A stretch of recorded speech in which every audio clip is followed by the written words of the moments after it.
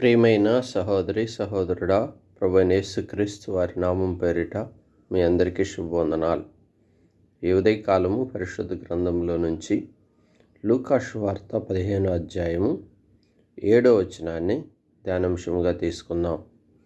అటువలే మారుమనసు అక్కర్లేని 99 మంది నీతిమంతుల విషయమై కలుగు సంతోషము కంటే మారుమనసు పొందు ఒక్క పాపి విషయమై పరలోకమందు ఎక్కువ సంతోషము కలుగును.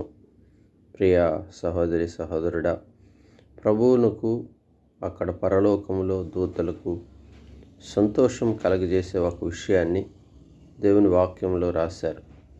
ఏంటయ్యా సంతోషం అంటే, చూడండి, దేవునికి సంతోషం కలిగే విషయం ఏదనగా 100 గొర్రెలు ఉన్నాయి, అందులో 99 చక్కగా ఉన్నాయి. అవి మరి త్రోవ తప్పలేదు, కాపరి చేతి కింద ఉన్నాయి. అవి చక్కని మార్గంలో నడుస్తున్నాయి, తిన్న మార్గంలో నడుస్తున్నాయి. వాటిని గురించిన సంతోషం ఆయనకు ఉంటుంది. అయినప్పటికీ తప్పిపోయిన ఒక గొర్రె మరి అతనికి దొరికినప్పుడు దాన్ని భుజం మీదకి ఎత్తుకొని ముద్దాడి దాన్ని చక్కగా భుజం మీద మోస్తూ దాన్ని కాపు కాస్తాడు అని వాక్యం సెలవిస్తుంది. అతనికి ఎంతో సంతోషం కలిగిద్దని. అవును కదా, నిజముగా ఎంత సంతోషం. ఒక పాపి మారు మనసు పొందితే ఆయనకి ఎంతో ఆనందం. కనుక దేవునికి అయిష్టకరమైనది ఏంటయ్యా అంటే పాపం వల్ల వచ్చి జీతం మరణం.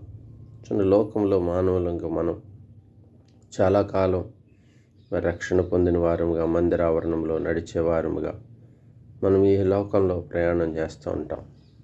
కానీ ఎంతకాలం ఉన్నా కానీ మనస్సు మార్చుకోం, మారు మనసు పొందని వారముగా ఉంటాం. చూడండి, మారు మనసు పొంది రక్షణ పొందటం, మారు మనసు పొంది బాప్తిజం పొందటం, నిజమైన సత్యవాక్యానుసారమైన జీవితం కలిగి ఉండటం దేవునికి సంతోషాన్ని ఇస్తుంది. చూడండి, మన ఇంట్లో, మన గృహాల్లో, మన ఆత్మీయ బిడ్డల్లో, మన సొంత కుటుంబాల్లో మనతో పాటు ఇంకా రక్షణ లేని వారు అనేకులు ఉంటారు. మనసు మార్చుకొనక మరి ప్రభువును విశ్వసించిన వారిగా ఉంటారు, కానీ ఇంకా మారు మనసు పొందక మరి లోకంలోనే ప్రయాణం చేసేవారు అనేకులు. నిజంగా వారందరి కొరకై మనం ప్రార్థించాలి. ఇక్కడ ఇంకా 2 ఉపమానాలు కూడా చెప్పాడు.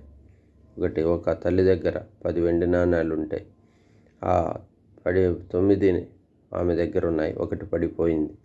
అది దీపం పెట్టి వెతికి అది దొరికినప్పుడు ఆమెకి ఎంత సంతోషం.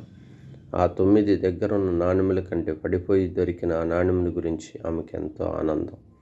నిజంగా ప్రభువునకు తప్పిపోయిన వాడు దేవుని ఇంటికి రావటం, తప్పిపోయిన వాడు సరిచేయబడటం, పాపంలో ఉన్నవాడు విడుదల పొందటం, పాపి రక్షణ పొందటం, పాపి మారు మనసు పొందటం ఆయనకి ఎంతో సంతోషం. అప్పుడంట పరలోకములో గొప్ప విందు కూడా ఏర్పాటు చేయబడ్డదని వాక్యం సెలవిస్తుంది.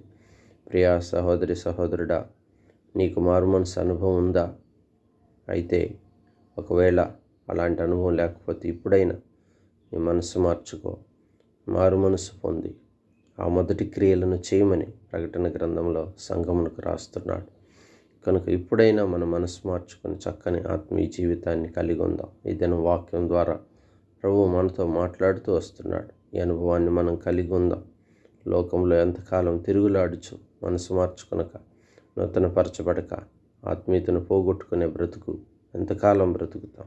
ఏ దినము ఏ గడే ఎలాంటిదో మనకు తెలియదు. కాలము సమీపముగా ఉన్నది, ప్రభు రాకడ సమీపిస్తుంది. ఎప్పుడైనా ప్రభు మనల్ని పిలిచే అవకాశం ఉంది.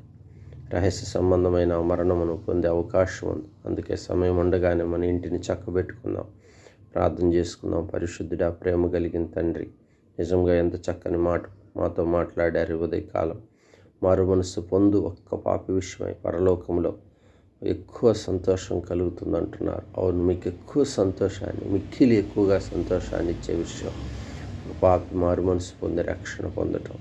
అవునా, ఈ లోకంలో అనేక మార్లు నా ఆధ్యాత్మిక జీవితాల్లో మనసు మార్చుకొనక, మారు మనసు అనుభవం లేకుండా లోకంలోని తిరుగులాడుచున్న వారు అనేకులుగా మేము ఉంటున్నప్పుడు మా ఆధ్యాత్మిక జీవితం సరిచేసుకోవటానికి ఉదయకాలం మాతో మాట్లాడినందుకు స్తోత్రాలు.